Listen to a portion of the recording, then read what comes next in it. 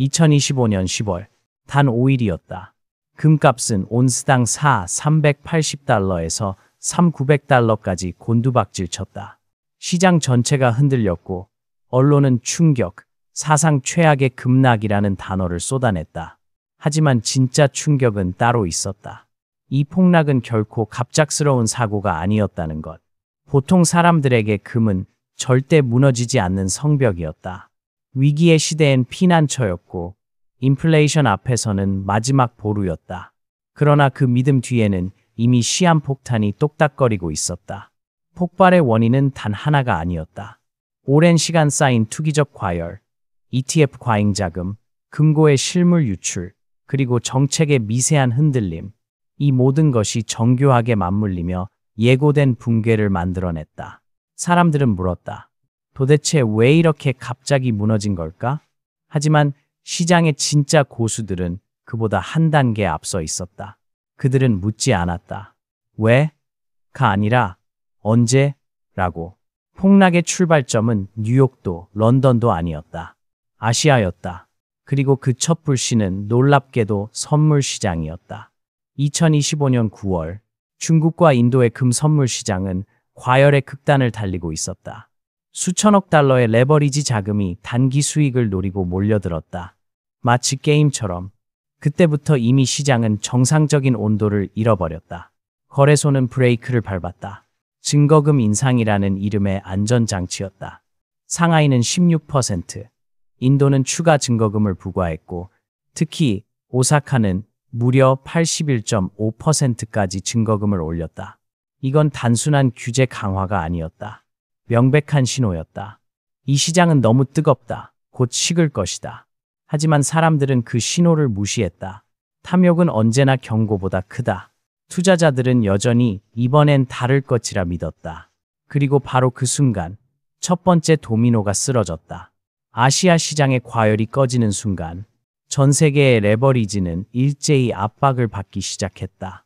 마진콜, 강제 청산, 포지션 축소, 눈에 보이지 않는 연쇄 반응이 시작된 것이다.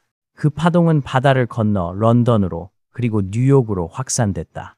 이때부터 시장의 흐름은 단순한 숫자의 변동이 아니라 자금의 이동, 심리의 붕괴, 신뢰의 붕괴로 변했다. 그리고 그 모든 흐름의 중심에는 ETF가 있었다. ETF는 원래 투자자들에게 금 투자의 문턱을 낮춰주는 도구였다. 하지만 그 편리함은 동시에 레버리지의 덫이 되었다.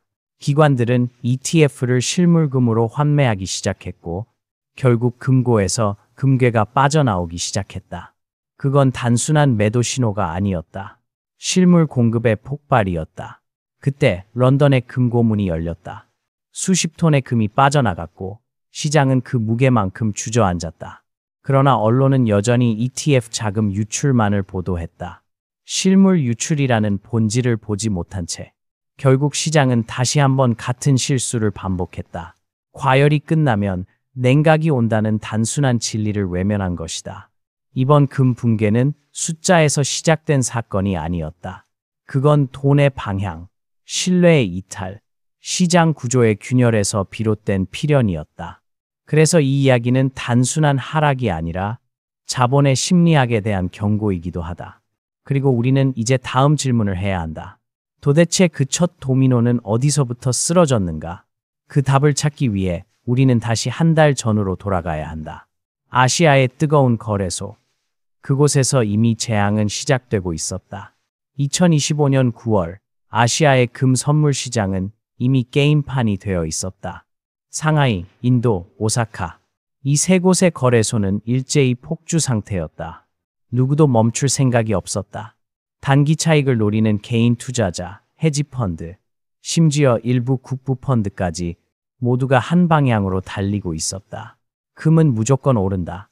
이 단 한 문장이 시장 전체를 지배했다. 하지만 시장은 언제나 과열 뒤에 냉각을 준비한다. 문제는 대부분의 사람들이 그 냉각을 조정으로 착각한다는 것이다. 그해 9월 초 상하이 거래소는 이상 신호를 감지했다. 거래량이 평소보다 3배 이상 폭증했고 마진 거래 비율이 70%를 넘어섰다. 이건 단순한 투자 열풍이 아니라 투기적 광기였다. 거래소는 긴급 조치를 발표했다. 증거금 인상 16%. 시장 안정화를 위한 기술적 조정이라는 표현이 붙었지만 사실상 지금 당장 멈춰라 라는 경고였다. 인도도 뒤따랐다. 추가 증거금 부과, 레버리지 한도 축소. 그러나 시장은 오히려 더 뜨거워졌다. 당국이 개입할 정도면 진짜 상승이 시작된 거야.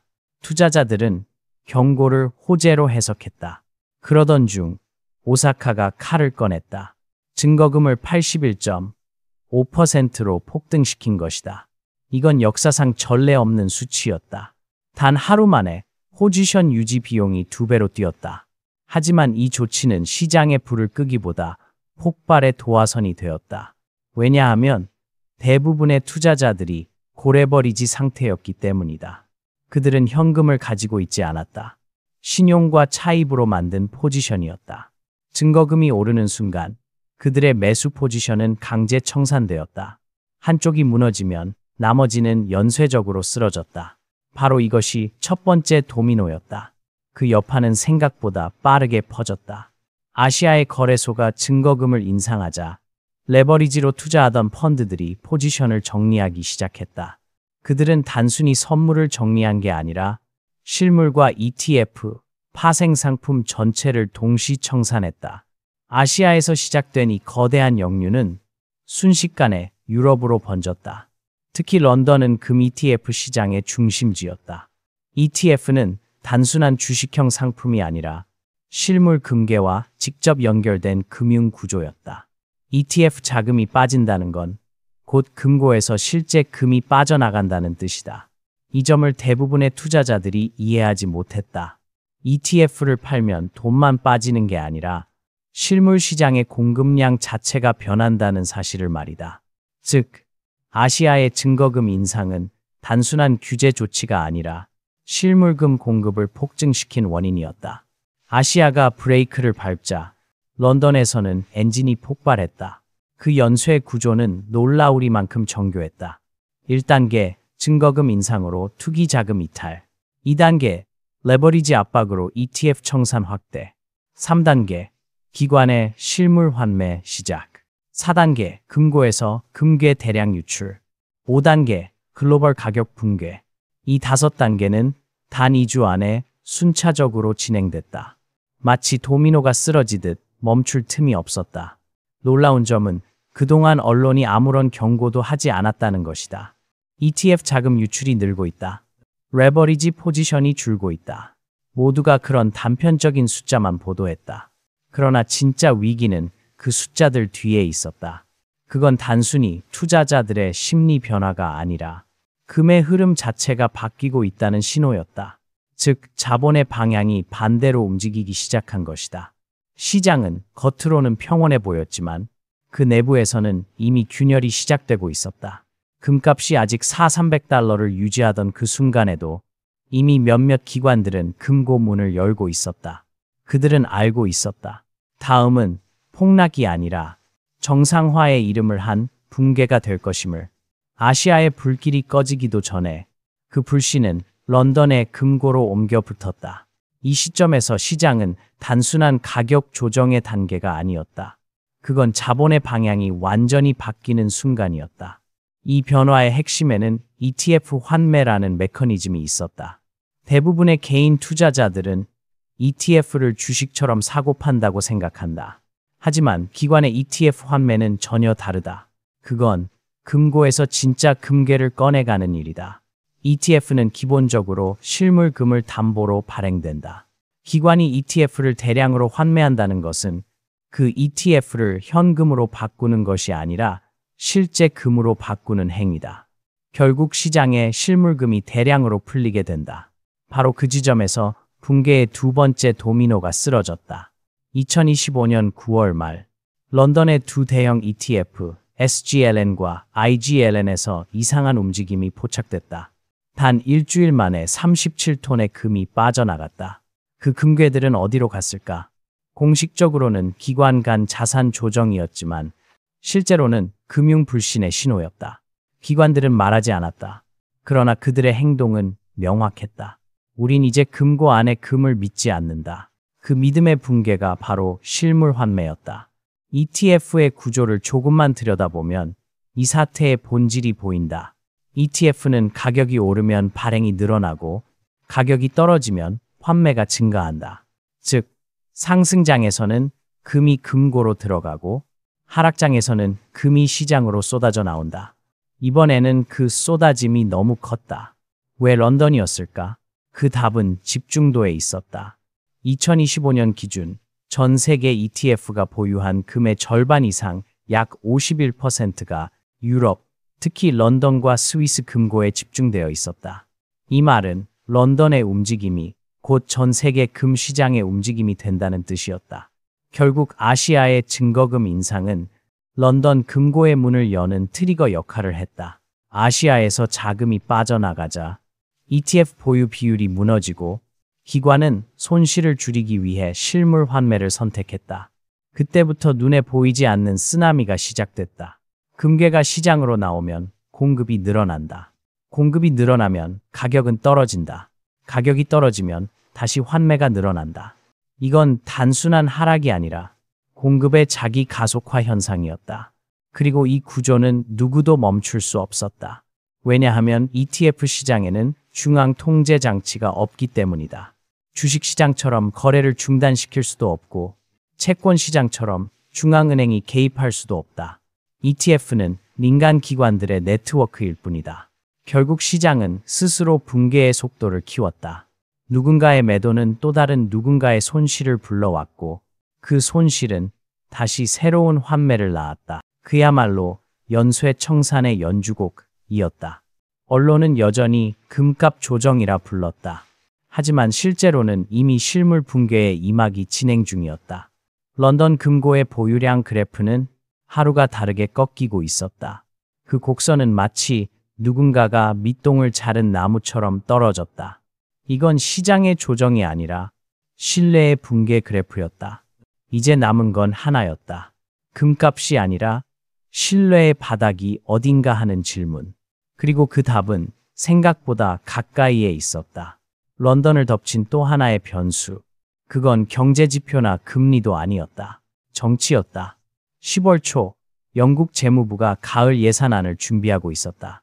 세금 인상 루머가 돌았고 파운드화는 약세로 전환됐다. 그러자 기관들은 다시 금을 팔고 달러 자산과 채권으로 이동하기 시작했다. 한쪽에서는 금고가 비어가고 다른 한쪽에서는 달러 강세가 가속화됐다. 금은 더 이상 피난처가 아니었다. 기회비용이 된 것이다. 아시아의 증거금 인상으로 시작된 불길은 런던에서 거대한 폭풍이 되었다. 그때서야 언론은 제목을 바꿨다. ETF 환매 급증, 시장 불안 심화. 하지만 이미 늦었다. 두 번째 도미노는 쓰러졌고 세 번째 도미노가 흔들리기 시작하고 있었다. 그 도미노의 이름은 런던의 붕괴였다. 모든 연쇄 반응에는 중심이 있다. 이번 사태의 중심은 단연 런던이었다. 아시아에서 불붙은 작은 불씨가 결국 이 오래된 금융 도시의 금고를 무너뜨렸다. 런던은 오랫동안 금 시장의 심장이었다. 세계 최대의 실물금 거래소, 가장 많은 ETF 금고, 그리고 세계 각국의 중앙은행이 의존하는 신용 시스템. 겉으로 보기엔 완벽한 구조였다. 그러나 그 완벽함 속에 바로 위험의 씨앗이 숨어 있었다. 2025년 9월 기준 전 세계 ETF가 보유한 금의 51% 이상이 유럽, 특히 런던과 스위스 금고에 집중돼 있었다. 그 말은 한 도시의 충격이 곧 전 세계의 붕괴로 이어질 수 있다는 뜻이었다. 아시아의 증거금 인상은 단순한 촉발이었다. 진짜 폭발은 런던의 내부 요인에서 나왔다. 그해 가을 영국 정부는 예산안을 준비 중이었다. 적자 보전과 복지 확대를 위해 세금 인상 루머가 퍼졌다. 언론은 그걸 대수롭지 않게 다뤘지만 금융시장은 즉각 반응했다. 파운드화 가치가 떨어졌다. 달러는 급격히 강세로 돌아섰고 영국 국채 금리는 불안하게 흔들렸다. 그리고 바로 그 순간 기관 투자자들은 금에서 빠져나오기 시작했다. 이건 단순한 매도세가 아니었다. 자본이 위험 회피에서 수익 축으로 방향을 틀고 있었던 것이다. 영국 중앙은행 BOE, 이 금리 인하 신호를 내비쳤을 때 그것은 금 시장의 결정적 신호가 되었다. 이제 금을 팔고 채권으로 가라. 그 명령은 시장 전체로 퍼졌다. ETF 보유량은 줄었고 금고의 문은 열렸다. 런던의 금이 빠져나가는 속도는 마치 물이 새는 댐 같았다. 한 구멍이 생기면 곧 또 다른 구멍이 뚫렸다. 그리고 아무도 그 구멍을 막지 않았다. 왜냐하면 이 구조에는 중앙 통제 시스템이 없었기 때문이다. 런던 금시장은 대부분 OTC 장외 거래 방식으로 운영된다. 즉, 거래량이나 실시간 가격이 외부에 공개되지 않는다. 투명하지 않은 구조 속에서 거대한 금괴들이 조용히 이동했다. 금이 빠져나가도 아무도 몰랐다. 그래프가 꺾였을 때는 이미 늦었다. 그제서야 기관 보고서들이 하나둘 나왔다. 금 보유량 급감, 시장 구조적 위험 발생. 하지만 시장은 이미 공황 모드로 들어가 있었다. 흥미로운 건 이때조차 언론의 초점은 여전히 미국이었다. 모두가 뉴욕의 금리, 달러, 연준 발언만 보고 있었다. 정작 위기의 뇌관은 런던의 회색 지하 금고에 있었다. 아시아에서 시작된 파동은 런던의 불신을 거쳐 곧 뉴욕의 투자 심리를 흔들었다. 이 붕괴의 구조를 요약하면 이렇다. 아시아의 규제 신호, 투기 자금 이탈, 유럽의 금집중 구조 공급 폭발, 영국의 정책, 불확실성, 신뢰 붕괴, 달러의 급격한 강세, 글로벌 자본 이동. 이 네 축이 맞물리며 만들어낸 결과가 바로 2025년 10월 금시장 붕괴였다. 그런데 더 무서운 건 이 모든 게 단 몇 주 만에 일어났다는 점이다. 정확히 말하면 단계적 붕괴가 아니라 연속적 붕괴였다. 기관들은 금을 팔아 달러를 샀고 ETF는 금을 팔아 현금을 만들었으며 개인은 두려움에 휩싸여 따라 팔았다. 결국 시장 전체가 한 방향으로만 움직이게 된 것이다. 이건 공포가 아니라 통제 불능의 일방향 흐름이었다. 누군가의 손익이 아닌 시스템 자체의 균형이 무너진 사건이었다. 런던의 붕괴는 단순한 지역적 사건이 아니었다. 그건 세계 금융시장의 거울이었다. 투명하지 않은 데이터, 과도한 집중 구조, 그리고 믿음의 붕괴. 이 세 가지가 합쳐질 때 시장 전체가 얼마나 쉽게 무너질 수 있는지를 보여준 사례였다. 결국 이 사건은 하나의 교훈을 남겼다. 위기의 진짜 원인은 눈에 보이지 않는 곳에서 자란다. 금값의 하락은 단지 결과일 뿐이었다. 그 뒤에는 정책의 신호, 자본의 흐름, 신뢰의 균열이 있었다. 그리고 바로 이 순간 세계 시장의 눈은 다시 한 곳을 향했다. 왜 아무도 이걸 미리 보지 못했는가? 그 답은 명확했다. 시장은 항상 자신이 보고 싶은 것만 본다. 런던의 금고가 비어가던 그 시기, 언론은 여전히 익숙한 문장을 반복하고 있었다. 금은 안전자산입니다. 단기 조정일 뿐입니다. ETF 자금 유출은 일시적인 현상입니다. 그러나 그들의 말이 끝날 때마다 금값은 또 한 번 떨어지고 있었다. 무엇이 그들의 눈을 가렸을까? 이 시장 붕괴의 뒤에는 4가지 치명적인 맹점이 있었다. 이랜 첫 번째 맹점. 불투명한 데이터, 보이지 않는 시장. 금 시장은 특이하다. 전 세계에서 가장 오래된 시장이지만 동시에 가장 닫힌 시장이기도 하다. 대부분의 거래가 OTC 장외 거래 형태로 이루어진다. 즉, 누가 얼마를 사고 파는지, 어느 시점에 얼마만큼의 금이 이동하는지 실시간으로 공개되지 않는다. 이 구조적 불투명성은 정보의 블랙홀을 만든다. 그래프에는 평온이 보이지만 그 밑에서는 이미 균열이 시작된다. 투자자들은 그걸 볼 수 없다. 언론도 마찬가지다. 공개된 데이터가 없으니 그저 평균 가격과 ETF 잔고만 반복 보도할 뿐이다. 그래서 시장의 진짜 움직임은 항상 한 발 늦게 포착된다. 결국 위기는 조용히 자란다. 이랜 두 번째 맹점, 안전자산 신화에 매몰된 시각. 금은 오랫동안 절대적 피난처로 여겨져 왔다. 전쟁이 나도, 달러가 흔들려도 금만큼은 사람들의 믿음을 잃지 않았다. 그런데 바로 그 믿음이 함정이었다. 분석가들은 금값이 오르면 위기가 커지고 있다고 말했고, 금값이 떨어지면 조정이 끝나간다고 말했다. 어떤 결과든 결국 금은 안전하다로 결론이 났다. 하지만 이번엔 달랐다. 이번 붕괴의 본질은 공포가 아니라 과열이었다. 금이 너무 많이, 너무 빠르게, 너무 많은 돈을 끌어들였던 것이다. 금이 더 이상 피난처가 아니라 투기 상품이 되었는데도 아무도 그 변화를 인식하지 못했다. 결국 그 신화가 현실을 가렸다. 사람들은 위험을 위안으로 착각했다. 3점. 세 번째 맹점. ETF에 대한 근본적 오해. 대부분의 보고서는 이렇게 썼다. ETF 자금 유출은 단기 조정. ETF는 실물 시장에 큰 영향을 미치지 않는다. 하지만 그건 절반만 맞는 말이었다. ETF는 단순히 금 가격을 추종하는 종이가 아니다. 그건 실제 금괴를 담보로 만들어진 물리적 자산 네트워크다. 즉, ETF가 청산되면 그에 대응하는 금괴가 시장에 풀린다. 이번 사태에서만 최소 37톤의 금이 시장으로 쏟아져 나왔다. 이건 유통량의 단순한 변동이 아니라 공급의 급격한 팽창이었다. 문제는 분석가들이 이 구조를 제대로 이해하지 못했다는 점이다. 그들은 ETF를 금 관련 주식 정도로만 취급했다. 그러나 이번 붕괴는 그 ETF가 실물 시장의 밸브 역할을 한다는 사실을 증명했다. 네 번째 맹점, 터널시아, 미국만 보는 습관. 대부분의 글로벌 리포트는 뉴욕을 기준으로 움직인다. 달러, 연준, 금리, CPI, 모든 분석이 미국 중심으로 맞춰져 있다.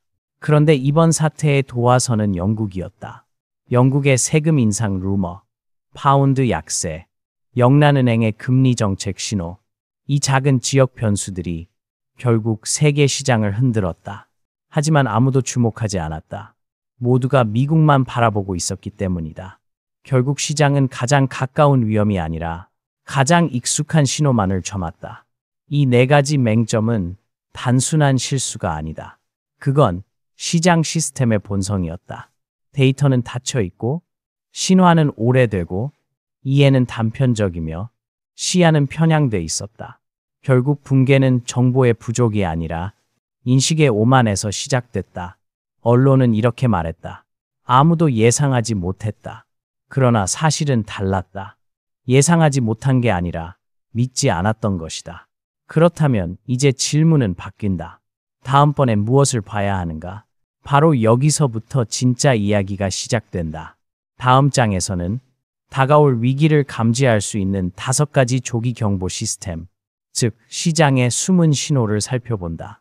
붕괴가 지나간 자리에 남는 것은 2가지다. 공포와 데이터. 공포는 기억을 흐리게 하지만 데이터는 다음 위기를 예고한다. 2025년 10월의 금 붕괴는 돌발 사고가 아니었다. 모든 과정에는 사전 신호가 있었다. 그 신호를 읽을 수 있었던 사람만이 이번 폭락을 재앙이 아니라 기회로 바꿨다. 그럼 다음 붕괴를 피하려면 우리는 무엇을 봐야 할까? 지금부터 소개할 5가지 조기경보 시스템은 단순한 지표가 아니라 자본의 심장 박동을 읽는 도구다. ETF 자금 흐름, 시장의 체온계. 첫 번째 경보는 ETF 자금 유입과 유출이다. 금 시장에서 ETF는 단순한 투자 상품이 아니라 시장 전체의 혈류와 같다.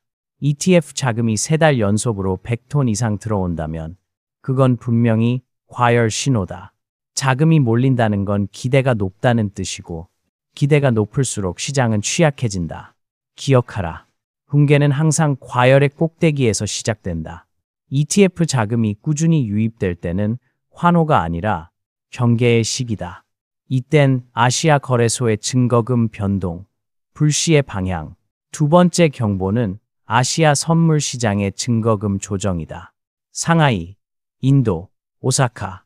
이 세 시장의 움직임은 언제나 글로벌 흐름의 전조였다. 증거금 인상은 단순한 규제가 아니다. 그건 시장의 과열을 시키기 위한 경고 조치다. 만약 주요 거래소가 동시에 증거금을 올린다면 그건 이미 내부에서 리스크가 폭발 직전에 도달했다는 의미다. 실제 2025년 9월 오사카의 증거금이 81.5%로 급등한 직후 금값은 5일 만에 10% 폭락했다. 시장은 항상 먼저 내부에서 신호를 보낸다. 그 신호는 뉴스보다 차트보다 빠르다. 3패 런던 금고 보유량, 눈에 보이지 않는 금의 이동. 세 번째 경보는 런던 금고의 보유량이다. 이 수치는 매일 공개되지는 않지만 일부 기관 리포트를 통해 주기적으로 확인할 수 있다. 만약 보유량이 연속적으로 줄고 있다면 그건 단순한 ETF 자금 유출이 아니라 실물 환매가 시작되었다는 증거다. 금이 금고 밖으로 나간다는 건 시장 신뢰가 흔들린다는 뜻이다. 보유량 감소가 3주 이상 이어진다면 그건 곧 공급 폭발의 예고편이다. 4세 영국의 거시경제 변수, 보이지 않는 폭풍. 네 번째 경보는 런던 내부의 거시 변수들이다. 이건 많은 투자자들이 놓치는 부분이다. 영국의 세금 정책, 예산안, 중앙은행의 금리 발언. 이런 뉴스들이 금 시장과 무슨 상관이 있을까? 그러나 실제로는 바로 이들이 전 세계 금값을 흔드는 정치적 도화선이다. 2025년 9월 영국의 세금 인상 루머와 금리 안정 발언이 금 시장 붕괴의 마지막 방아쇠였다. 달러가 강세로 전환되고 기관들은 금을 팔아 채권을 샀다. 금리와 세금, 환율. 이 세 가지 단어만으로도 금 시장은 방향을 바꾼다. 5. 달러 강세와 실질 금리. 자본의 나침반. 마지막 5번째 경보는 달러 인덱스와 실질 금리다. 금은 달러와 반비례 관계에 있다. 그러나 단순한 달러 상승보다 더 중요한 건 실질 금리 명목 금리, 인플레이션율이다. 실질 금리가 오르면 금의 매력은 사라진다. 왜냐하면 금은 이자를 주지 않기 때문이다. 따라서 달러가 강세로 돌아서고 실질 금리가 상승세로 전환되면 그건 금 시장에 대한 퇴장 신호다. 이 두 지표는 시장의 모든 자본 흐름을 설명한다. 돈이 어디로 가고 있는가? 그 단 하나의 질문에 대한 답이다. 이 5가지 지표를 꾸준히 관찰하면 시장의 움직임은 더 이상 우연이 아니다. 모든 폭락에는 서막이 있고 모든 서막에는 숫자가 남는다. 결국 시장은 항상 신호를 보낸다.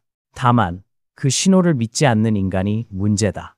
투자는 예측이 아니라 징후를 읽는 기술이다. 다음 위기가 오기 전에 우리가 해야 할 일은 단 하나다. 데이터를 두려움보다 먼저 믿는 것. 2025년 10월의 붕괴는 단 한 번의 예외가 아니었다. 그건 시스템이 보내는 신호를 인간이 무시한 결과였다. 그리고 그 신호는 지금 이 순간에도 다시 켜지고 있을지 모른다.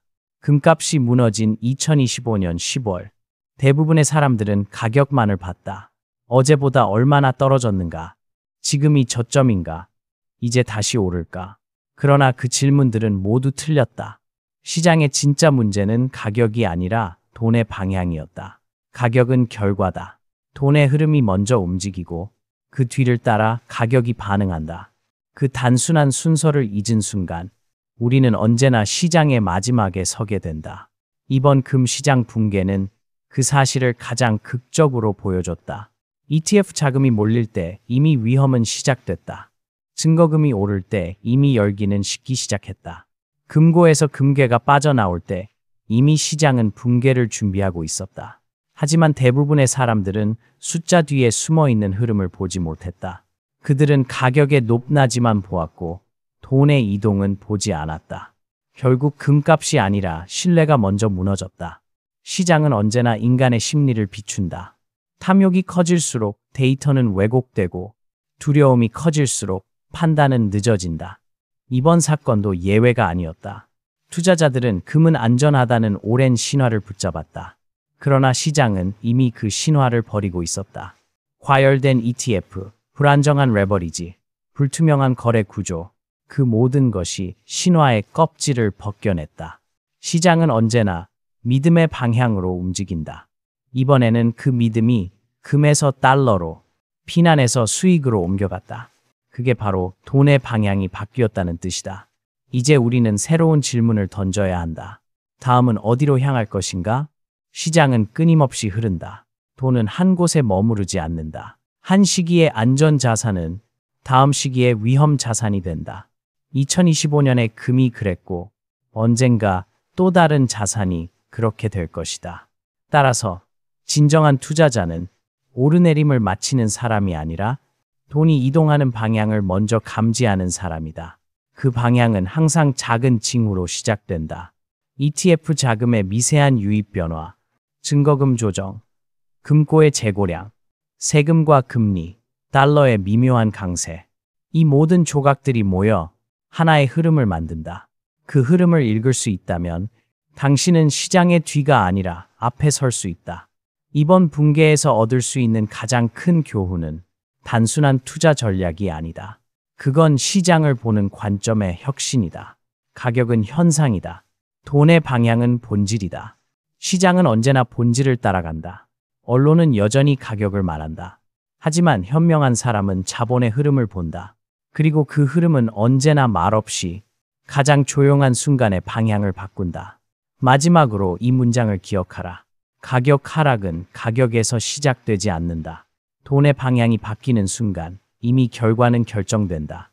이건 단순한 문장이 아니라 시장 전체를 꿰뚫는 원리다. 지금 당신이 보고 있는 숫자들은 과거의 그림자일 뿐이다. 진짜 미래는 그 숫자를 움직이는 돈의 의지 속에 있다. 2025년의 금 붕괴는 역사 속 하나의 사건으로 기록되겠지만 그 의미는 훨씬 더 깊다. 그건 자산의 위기가 아니라 신뢰의 이동이었고 가격의 폭락이 아니라 자본의 방향 전환이었다. 이제 당신에게 필요한 건 두려움이 아니라 관찰이다. 예측이 아니라 해석이다.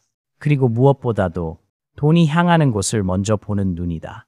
가격은 돈의 방향에서 시작된다. 그 문장이 다시 한번 시장의 문을 열 것이다.